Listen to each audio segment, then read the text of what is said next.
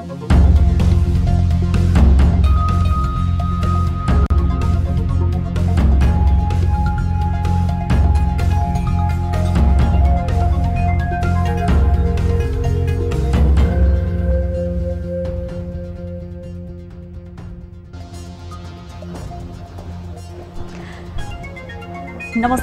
यो हो news 24 television prime time न्यूजमा स्वागत छ। सरकारले दुई पाङ्ग्रे सवारी मोटरसाइकल र स्कुटरमा पछाडि बस्ने व्यक्तिलाई पनि हेलमेट लगाउन बाध्यकारी व्यवस्था ल्याउने तयारी गरेको छ। सवारी दुर्घटना भएको खण्डमा जोगिनका लागि हेलमेट निकै सुरक्षा प्रदान गर्ने तथ्य स्वीकार्न सकिन्छ। तर यहाँ मुख्य सवाल भने अर्कै हो, किन पटक पटक हाम्रा नीतिहरू परिवर्तन हुन्छन्? पहिले प्रचलनमा आइसकेको नियम किन हटाइयो? यसपटकको हेलमेट सम्बन्धी नियममा बदनियत छ कि भन्ने प्रश्न समेत उठिरहेको छ। यो नियम लागू भएमा 1 महिनाको समयावधि भित्रै 1 अर्बको हेलमेट कारोबार हुने अनुमान छ।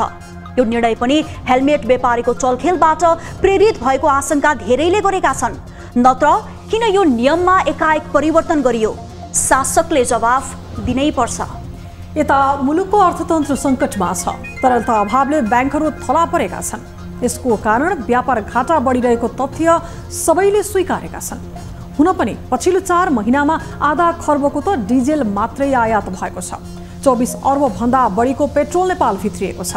खाना पकाउने एलपी ग्यासमा मात्रै 23 अर्ब भन्दा बढी खर्च भएको छ। आयात बढिरहँदा निर्यातको अवस्था भने नाजुक छ।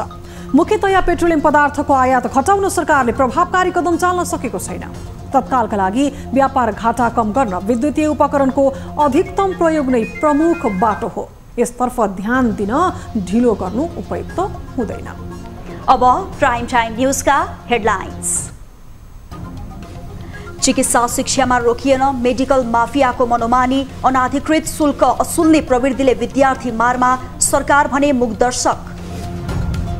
अतिरिक्त शुल्क धेरै नै लिने, त्यसपछि फेरि त्यही पैसा युज गर्ने अर्को मेडिकल कलेज किन्ने। एमालेको संसद अवरोधको कानुनी वैधतामाथि प्रश्न, अदालतमा विचाराधीन मुद्दालाई छलफलको विषय बनाउन हुने नहुने विषयमा बहस, निकास खोज्न ढिला भएको विश्लेषण। तर न्याय निरूपणमा प्रतिकूल असर पार्ने गरी छलफल गर्न पाइँदैन। खेतीको सिजनमा मल अभाव भएसँगै किसानहरूको पीडा गहिरिँदै, जिम्मेवार निकायको बेवास्ताले मल ल्याएर राहत दिने विषय नै ओझेलमा। सरकारले पनि दिएन, कृषिबाट पनि पाएन, बजारमा किन्न गए त्यो पनि पाएन। अन्तर्राष्ट्रिय भलिबल प्रतियोगितामा नेपाली महिला टोलीको शानदार प्रदर्शन, 2 सेट गुमाएको नेपालद्वारा उत्कृष्ट पुनरागमन, श्रीलङ्का 3-2 को सेटमा पराजित।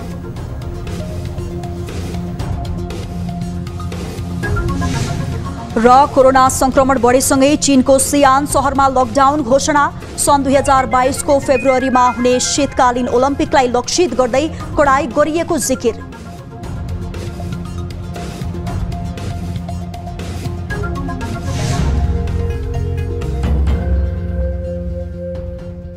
हामी निरन्तर न्यूजमा छौं। सरकारले चिकित्सा शिक्षा अन्तर्गत एमबीबीएस अध्ययनका लागि काठमाडौँ उपत्यकाभित्र र बाहिर गरी 35 देखि 40 लाख शुल्क तोकेको छ। तर मेडिकल कलेजले विभिन्न बहानामा विद्यार्थीबाट 20 लाख रुपैयाँसम्म अतिरिक्त शुल्क असुलिरहेका छन्। यसको विरोधमा विद्यार्थीहरू आन्दोलनमै उत्रिएका छन्। उनीहरूले कलेज सञ्चालकलाई कारबाही माग पनि गरेका छन्। तर कारबाही नहुँदा चिकित्सा शिक्षामा मेडिकल माफियाको दादागिरी बढ्दो छ। एक रिपोर्ट।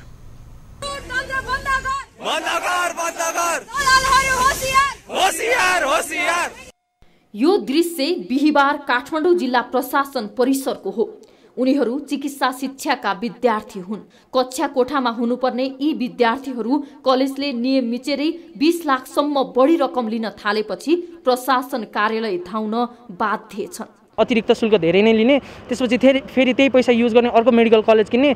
त्यसरी त एउटै माफिया भनौँ न, एकैजना व्यक्तिले आफ्नो इलिगल काम गरेर अतिरिक्त शुल्क उठाएर अथवा अन्य कुनै तरिकाबाट शुल्क उठाएर थुप्रै मेडिकल कलेजहरू आफ्नो हातमा लिएर अनि सबै मेडिकल कलेजको विद्यार्थीहरूलाई चाहिँ सोच्ने काम भइरहेको छ।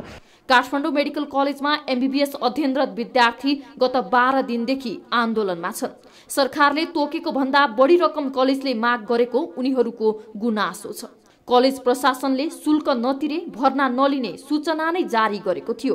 विद्यार्थी र अभिभावकले कलेजलाई कारबाहीको माग गर्दै जिल्ला प्रशासन कार्यालय काठमाडौँमा उजुरी नै दिएका छन्। उनीहरू सडक आन्दोलनसँगै नियामक निकाय, चिकित्सा शिक्षा आयोग र जिल्ला प्रशासन कार्यालय धाउन बाध्य छन्। अब चाहिँ पढौँ, अब त सबै कुरा प्रष्ट भइसक्यो भने जाँदाखेरि पनि उहाँहरूले चाहिँ होइन हामी आयोगको कुरा मान्दैनौँ, तिमीहरूले यो तिर्नै पर्छ, तिमीहरू हाम्रो चाहिँ कलेजमा कम्पलसरी होस्टेल बस्नै पर्छ, होस्टेलको पनि।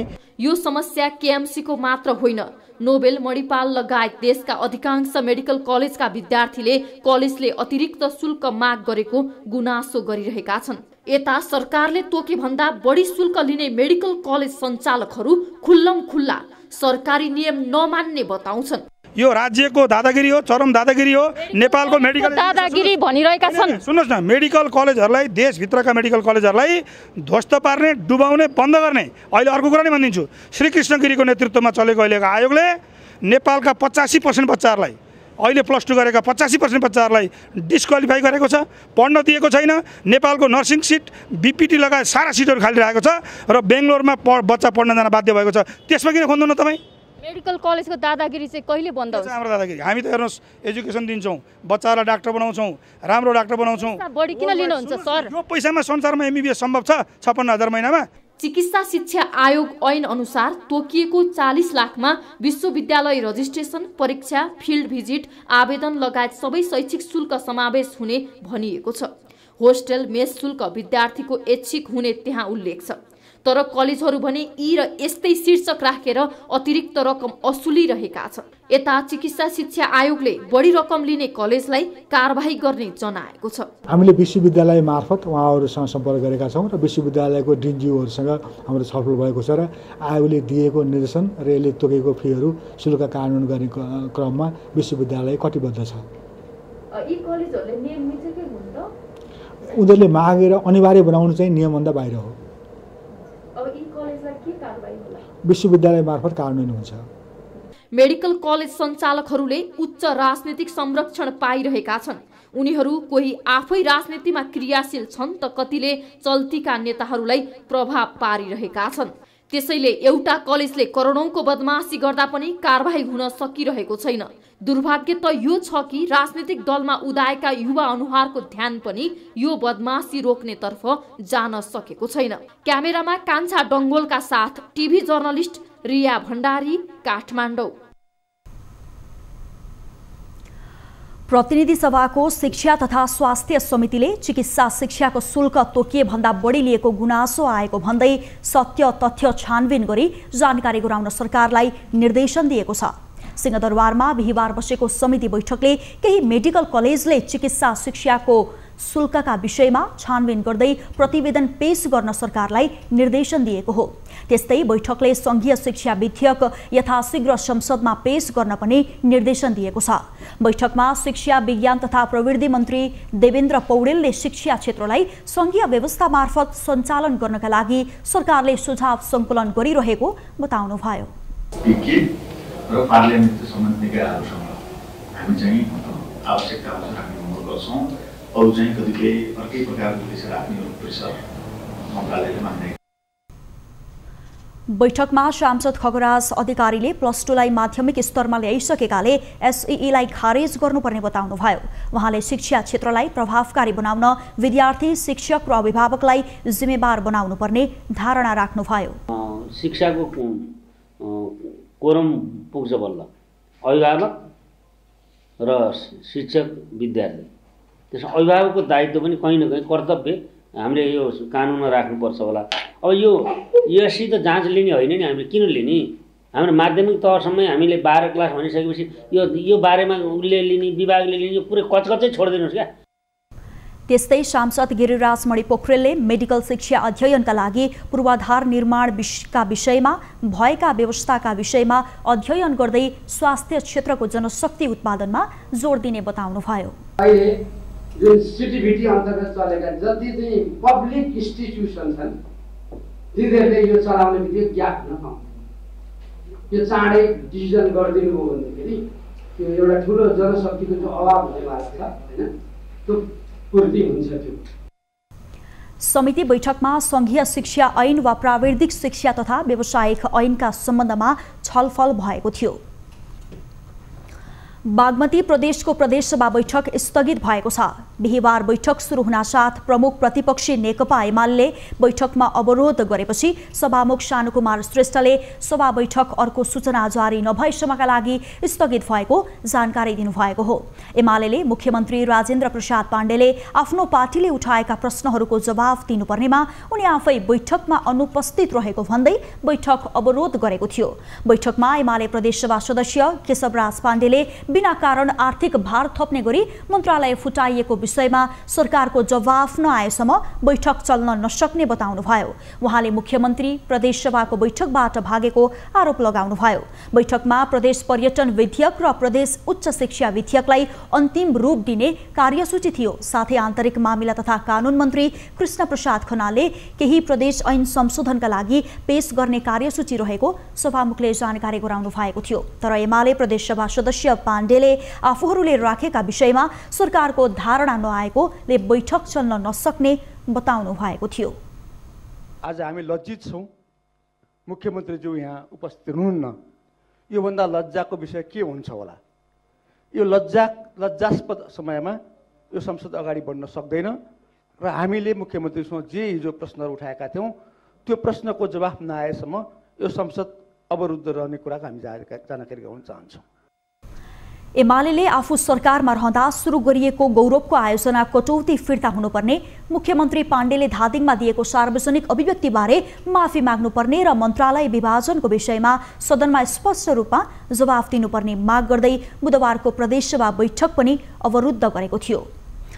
प्रमुख प्रतिपक्षी नेकपा एमाले लामो समयदेखि संसद अवरोध गर्दै आएको छ। संविधानको धारा 105 मा सभामुखको कार्य सम्पादनलाई लिएर वा न्यायालयमा विचाराधीन मुद्दामा संसदमा प्रश्न उठाउन नपाइने उल्लेख छ।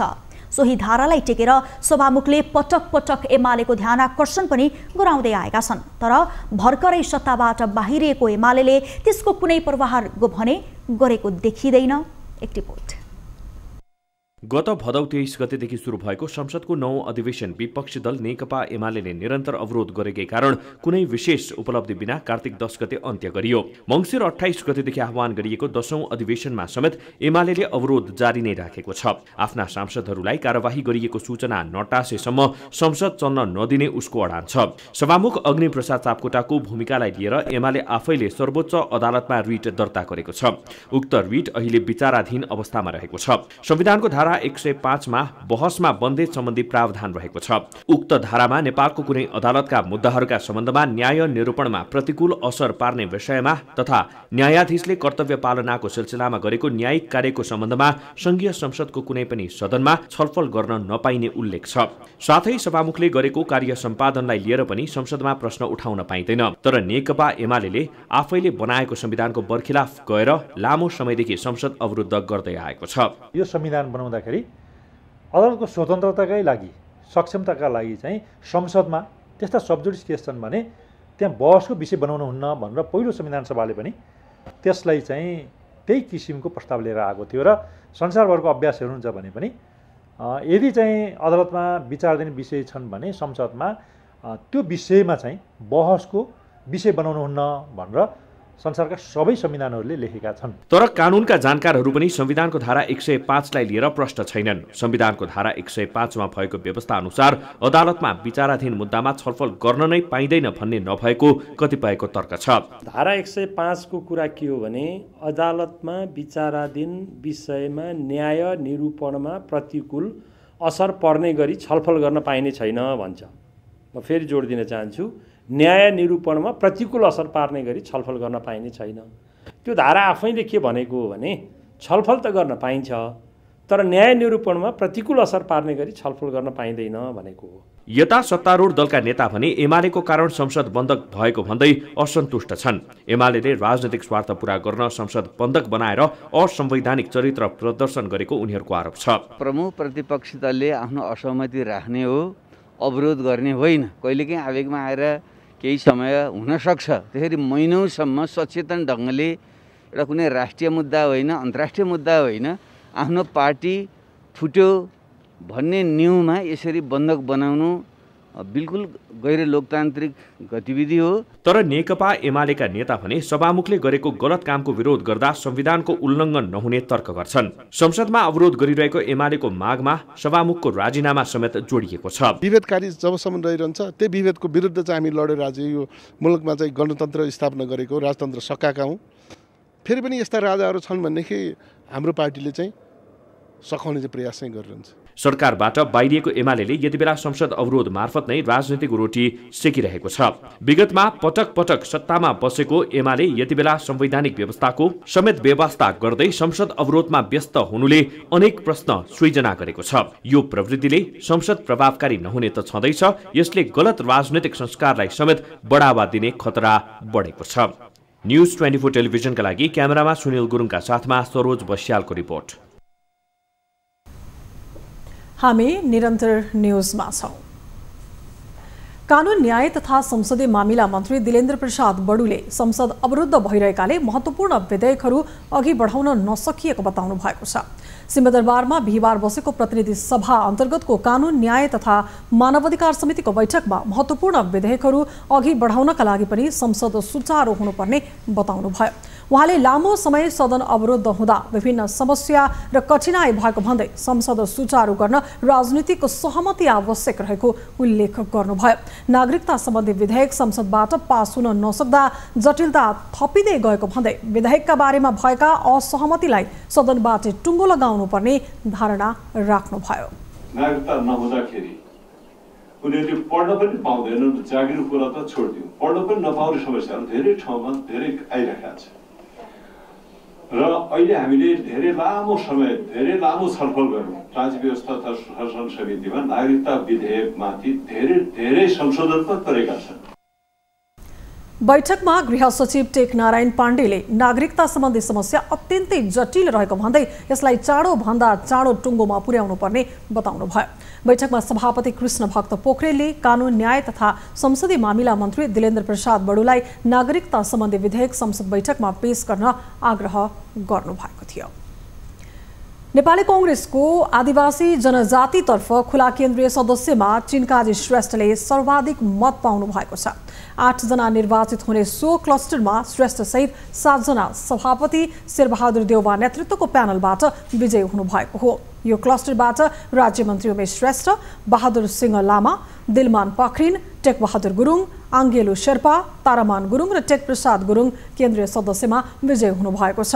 निर्वाचित 8 जना मध्ये टेकप्रसाद मात्रै कोइराला प्यानलका हुनुहुन्छ।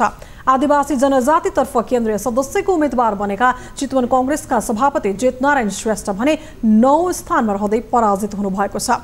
यसैगरी कांग्रेसको खुला दलिततर्फको मतगणना पनि सार्वजनिक भएको छ। दलित खुलातर्फ 5 पदका लागि भएको निर्वाचनमा मानबहादुर नेपाली, प्रकाश रसाइली स्नेही, नृपबहादुर ओड, हरिशरण नेपाली र मैकुलाल वाल्मीकि निर्वाचित हुनुभएको हो।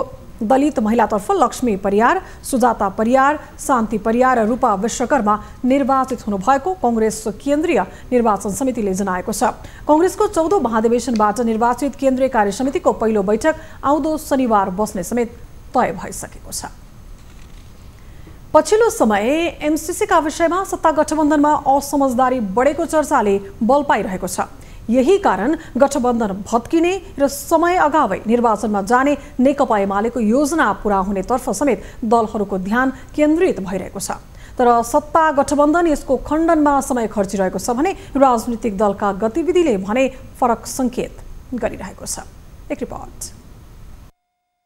पुसको जाडोमा एमसीसीको विषयले राष्ट्रिय राजनीति गरमाइरहेका बेला सत्ता गठबन्धनको भविष्यप्रति समेत अनेक आशंका उब्जिएको छ। सत्ता साझेदार दलहरूमाथि दबाव बनाएर एमसीसी संसदबाट अनुमोदन गराउन सकिने बुझाइमा प्रधानमन्त्री शेरबहादुर देउवा रहेको र नमानेमा नेकपा एमालेसँग मिलेर भए पनि यसलाई किनारा लगाउन सकिने विकल्पले चर्चा पाइरहेको छ। नेकपा एमाले भने यही मौकाको उपयोग गर्दै गठबन्धन भत्काउने र समय अगावै चुनावमा होमिन चाहिरहेको छ।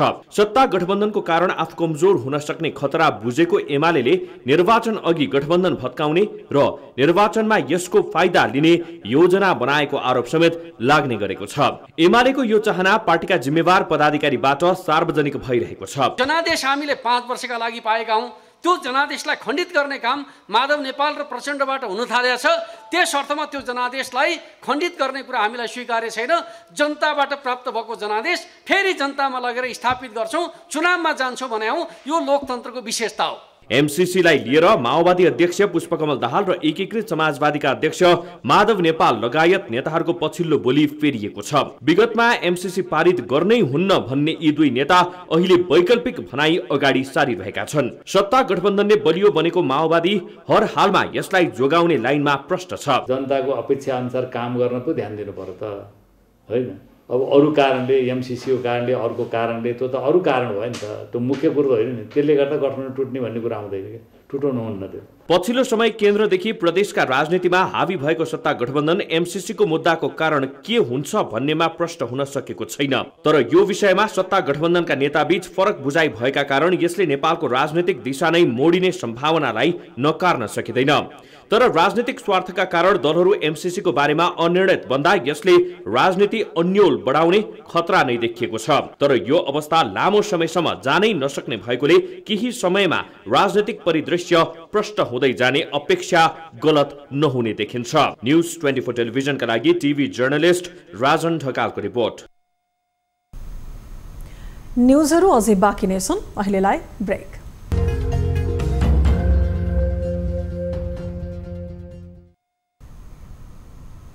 हामी निरन्तर न्यूजमा छौं। देशभर रासायनिक मल अभाव चुलिएका बेला सुदूरपश्चिमका किसानलाई पनि हैरानी भएको छ।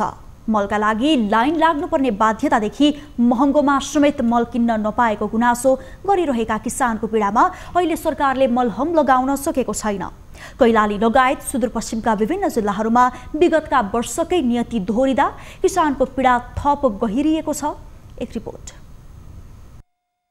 किसानहरूले वर्षभरि जति नै मेहनत गरे पनि समयमा मल नपाउँदा कृषि उत्पादन घट्दै आएको छ।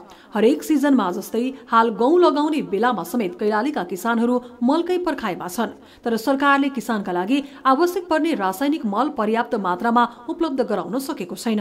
मल पाउने आशमा साल ट्रेडिङ तथा कृषि सामग्री केन्द्र लिमिटेडमा धाउने गरेका किसान रित्तो हात फर्किनु परेको गुनासो गरिरहेका छन्। सरकारले पनि दिएन, कृषिबाट पनि पाएन, बजारमा किन्न गए त्यो पनि पाएन, के गर्ने? त्यही हो। अब त्यो देशमा पानी चलाएर त्यतिकै मेरो जमिन सुक्न लाग्छ। युरिया मल पाए छैन, अब के गर्ने? छिचाइ गरेर त मल त हुनु पर्यो। अब यता कञ्चनपुरमा पनि मलको अभाव उस्तै छ। आफूहरू कृषि पेसामा लागेर खेती गर्न लागे पनि बालीमा हाल्नुपर्ने आवश्यक मलखात नहुँदा कृषि पेसाबाटै पलायन हुनुपर्ने अवस्थामा आएको किसानको गुनासो छ। सरकारले आफ्नो समस्यातर्फ ध्यान नदिएको किसानको आरोप छ। यस क्षेत्रका किसानहरूले स्थानीय सरकार, प्रदेश सरकार, केन्द्र सरकारसँग विभिन्न माध्यमबाट डेलिगेसन लगेर हामी गयौँ। अहिलेसम्म पनि यस क्षेत्रका जो स्थानीय प्रमुख अनि प्रदेश प्रमुख, केन्द्र प्रमुखले चाहिँ हाम्रो यो किसानको समस्यालाई उजागर गरेको अवस्था देख्दिन। गुणस्तरहीन मल नेपालमा आपूर्ति हुन्छ, त्यो मल कसरी हुन्छ?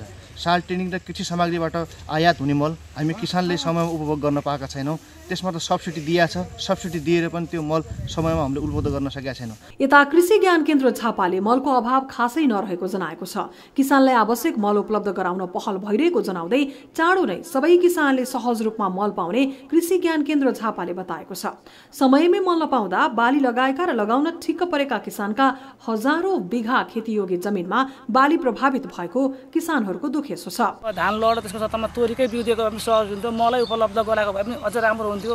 किसानले चित्त बुझाउने ठाउँै छैन क्या। सरकार हाम्रो एकदम न्यून, एकदम मौन बसेको छ। यसको लागि चाहिँ अब जनताहरू चाहिँ उठ्नु पर्यो। खेत जोत्नेदेखि बाली भित्र्याउने बेलासम्म मेहनत गर्ने किसान सरकारको कमजोरीका कारण मल अभाव खेप्न बाध्य छन्। सरकारसँग रासायनिक मल किन्न पाऊँ भन्दा समेत यो हदसम्मको दुःख पाउने प्रवृत्ति कृषि प्रधान मुलुक नेपाललाई पटक्कै सुहाउँदैन। सोही कारण यी समस्या समाधानमा बेलैमा ध्यान दिएर किसानको मर्का कम गर्न ढिलो गर्न हुँदैन। न्यूज 24 टेलिभिजनका लागि कैलालीबाट टिभी जर्नलिस्ट अर्जुन बोहरा, कञ्चनपुरबाट सुरेश भट्ट र झापाबाट युवराज आचार्यको रिपोर्ट। अब हेल्थ न्यूज।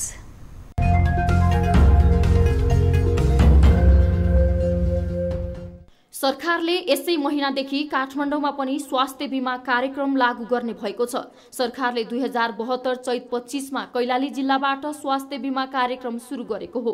अब उक्त कार्यक्रम 77 वटै जिल्लामा लागू हुनेछ। स्वास्थ्य बीमा कार्यक्रम अन्तर्गत प्रति परिवार 5 जनाले 3500 रकम तिर्दा 1 लाख रुपैयाँको स्वास्थ्य सेवा लिन सकिन्छ। परिवारमा 5 जना भन्दा बढी सदस्य रहेमा प्रति व्यक्ति 700 रुपैयाँ थप्नुपर्ने र 20,000 को दरले सेवा बढ्नेछ।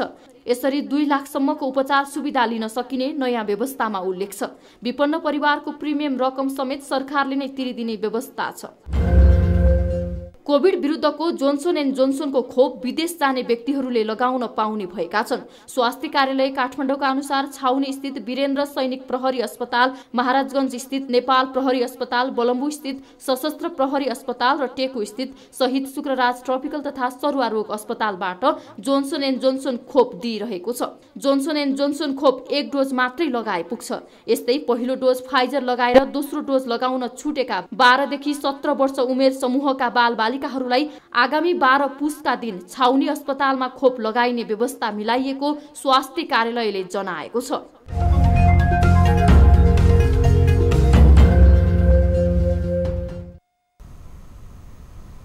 अब बिजनेस न्यूज।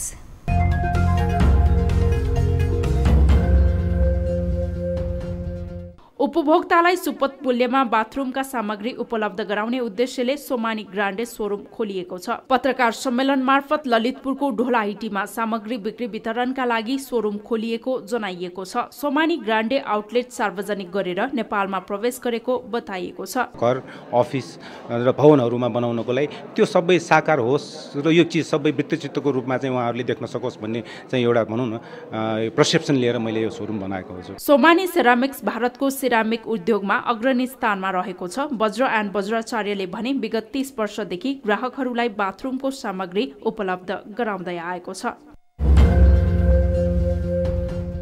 कोरोनाले संकटग्रस्त बनाएको उद्योगको पुनरुत्थान एवं नव उद्यम सञ्चालनका लागि एक्सक्लुसिभ लिडरशिप प्रोग्राम आयोजना गर्न लागिएको छ। काठमाडौँमा पत्रकार सम्मेलन मार्फत आगामी माघ 7 गते कार्यक्रम सञ्चालन गर्न लागेको जनाइएको हो। कोरोनाका कारण समस्यामा परेका उद्योगको पुनरुत्थान, तरलता अभावको समाधान लगायतका विषयमा चर्चा गरिने बताइएको छ। कोरोनाको चाहिँ कोभिड-19 ले जुन प्रभाव पार्यो यो 2 वर्ष र अर्थतन्त्र, उद्योग, व्यवसाय सम्पूर्ण चाहिँ धराशायी भयो। यसबाट भर्खर तङ्ग्रिएर चाहिँ उठ्न लागेको बेलामा चाहिँ एउटा मोटिभेसनल चाहिँ केही टिप्सहरू को हामीले व्यवस्था गरौँ। नव उद्यम सञ्चालनका लागि प्रेरणा दिने भारतीय व्यक्ति डाक्टर विवेक ब्रेन्दाले सूत्रहरू दिने समेत बताइएको छ। क्लाउड कम्प्युटिङमा दक्ष जनशक्ति उत्पादनका लागि लर्ड बुद्ध एजुकेसन फाउन्डेसन क्याम्पसले बेलायतको जेनेस क्लाउड एकाडेमीसँग सहकार्य गर्ने भएको छ। काठमाडौँमा पत्रकार सम्मेलन मार्फत क्लाउड कम्प्युटिङको सैद्धान्तिक तथा व्यावहारिक ज्ञान प्राप्त गर्न मिल्ने उद्देश्यले सहकार्य गरेको बताइएको हो। साझेदारी कार्यक्रमले बीएससी आईटीका विद्यार्थीले क्लाउड कम्प्युटिङको ज्ञान प्राप्त गर्ने बताइएको छ। बीएससी आईटी नेपालको लर्ड बुद्ध एजुकेसन नेपालको पहिलो आईटी कलेज र यसमा हामीले एउटा नयाँ आयाम थप्दै BSc IT specialisation with cloud computing भनेर सुरु गरेर लागेका छौँ। यसमा चाहिँ हाम्रो नर्मल बीएससी आईटी कार्यक्रममा हामीले क्लाउड कम्प्युटिङको कम्पोनेन्टहरू पनि सँगै सिकाउने र त्यसको लागि हामीले जेनेसिस क्लाउड एकाडेमीसँग सहकार्य गरेका छौँ। विगत 3 वर्षमा क्लाउड कम्प्युटिङमा 223% रोजगारी वृद्धि भएको छ। यसको व्यापार $300 बिलियन हुने अनुमान गरिएको छ।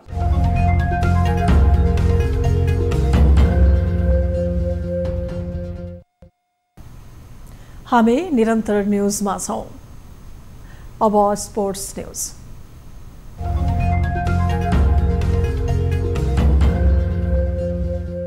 एभिसी एसियन सेन्ट्रल जोन महिला तथा पुरुष भलिबल च्याम्पियनसिपमा नेपाली महिला टिमले विजयी सुरुवात गरेको छ। बङ्गलादेशको ढाकामा जारी प्रतियोगितामा साबिक विजेता नेपालले श्रीलङ्कालाई 3-2 को सेटमा पराजित गरेको हो। नेपालले सुरुवाती 2 सेट गुमाउनुको बावजुद उत्कृष्ट पुनरागमन गर्दै उत्कृष्ट जित हात पारेको हो। पहिलो सेट र दोस्रो सेट श्रीलङ्काले 25-19 र 25-21 ले नेपाललाई हराएको थियो। तेस्रो सेटमा नेपाल 25-15 ले विजय हुँदा चौथो खेलमा 25-19 को जित निकाल्दै खेललाई बराबरीमा ल्यायो। निर्णायक 5औं सेटमा नेपाल 15-13 ले विजयी भयो। नेपाली महिला टिमले भोलि दोस्रो खेलमा मालदिप्ससँग खेल्नेछ।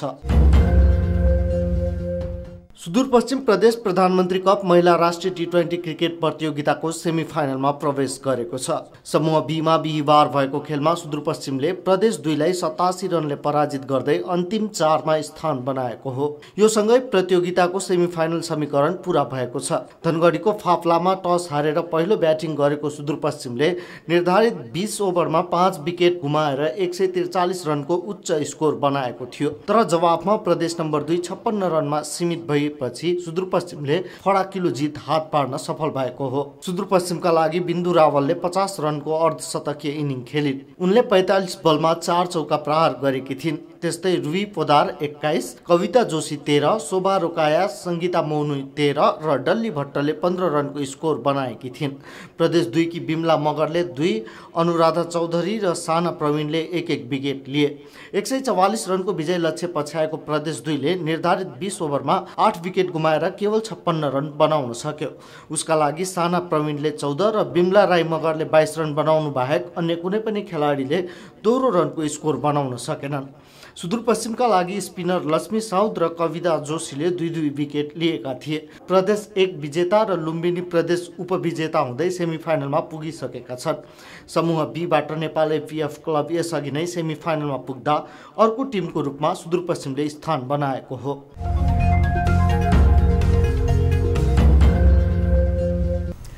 अब एउटा रोचक प्रसङ्ग। पश्चिमा मुलुकहरूमा धेरैले कोरोना विरुद्धको खोपको विश्वसनीयतामा प्रश्न उठाउँदै खोप लगाएका छैनन्। तर बेल्जियमको बलुन प्रान्तका एक युवकलाई भने 8 पटक खोप लगाएको आरोपमा पक्राउ गरिएको छ। अचम्मको कुरा के छ भने युवक 9औं पटक खोप लगाउन खोप केन्द्र जाँदा उनलाई पक्राउ गरिएको हो। उनलाई पैसा दिएर अरूको नाममा खोप लगाएको आरोपमा पक्राउ गरिएको हो। बेल्जियम मिडिया रिपोर्ट्सका अनुसार ती व्यक्तिले भ्याक्सिन लगाउन डराउनेसँग सम्पर्क गरेर उनीहरूको सट्टामा खोप लगाउँदै खोप कार्ड दिलाउने गरेका थिए। यस्ता व्यक्तिबाट मोटो रकम लिएर आरोपी उनीहरूको स्थानमा गएर खोप लगाउने गरेको बताइएको छ। लगातार खोप लगाएका कारण स्वास्थ्य कर्मीहरूले 9औं पटक उनलाई चिनेर प्रहरीलाई सूचना दिएका थिए। यति धेरै खोप लगाए पनि आरोपीको शरीरमा त्यसको कुनै दुष्प्रभाव भने देखिएको छैन।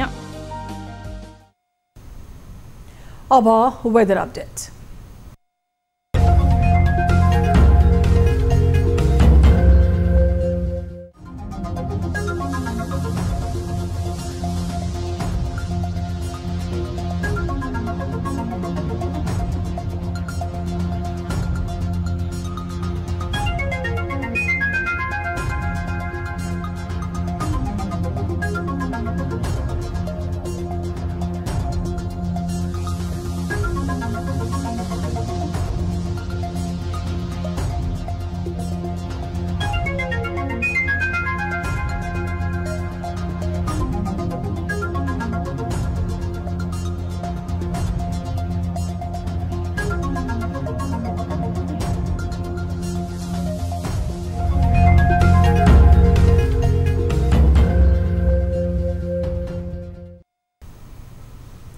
प्राइम टाइम न्यूज सकिनु अघि अहिलेसम्मका हेडलाइन्स पुनः एकपटक। चिकित्सा शिक्षामा रोकिएन मेडिकल माफियाको मनोमानी, अनाधिकृत शुल्क असुल्ने प्रवृत्तिले विद्यार्थी मारमा, सरकार भने मुखदर्शक। अतिरिक्त शुल्क धेरै नै लिने, त्यसपछि फेरि त्यही पैसा युज गर्ने अर्को मेडिकल कलेज किन्ने। एमालेको संसद अवरोधको कानुनी वैधतामाथि प्रश्न, अदालतमा विचाराधीन मुद्दालाई छलफलको विषय बनाउन हुने नहुने विषयमा बहस, निकास खोज्ने ढिलो भएको विश्लेषण। गर्न पाइन्छ तर न्याय निरूपणमा प्रतिकूल असर पार्ने गरी छलफल गर्न पाइँदैन। खेतीको सिजनमा मल अभाव भएसँगै किसानहरूको पीडा गहिरिँदै जिम्मेवार निकायको व्यवस्थाले मल ल्याएर राहत दिने विषय नै ओझेलमा। सरकारले पनि दिएन, कृषिबाट पनि पाएन, बजारमा किन्न गए त्यो पनि पाएन। अन्तर्राष्ट्रिय भलिबल प्रतियोगितामा नेपाली महिला टोलीको शानदार प्रदर्शन, 2 सेट गुमाएको नेपालद्वारा उत्कृष्ट पुनरागमन, श्रीलङ्का 3-2 को सेटमा पराजित।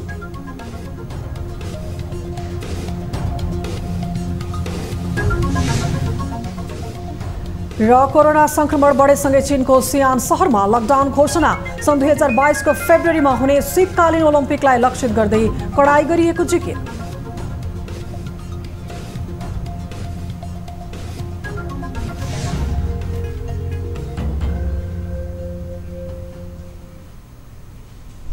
प्राइम टाइम न्यूज अहिलेलाई यति नै।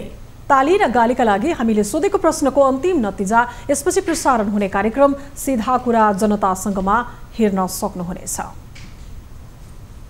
थप न्यूजका लागि हाम्रो वेबसाइट www.news24nepal.com मा हेर्नुहोला। साथै हामीलाई फेसबुक, ट्विटर र युट्युबमा पनि फलो गर्न सक्नुहुनेछ। यस्तै हामीलाई मोबाइल, भाइबर र इमेलबाट 24 हेल्प डेस्कमा समस्या तथा गुनासो भए सम्पर्क गर्न सक्नुहुनेछ। अहिलेलाई बिदा दिनुहोस्। हामी निरन्तर न्यूजमा छौं। नमस्ते।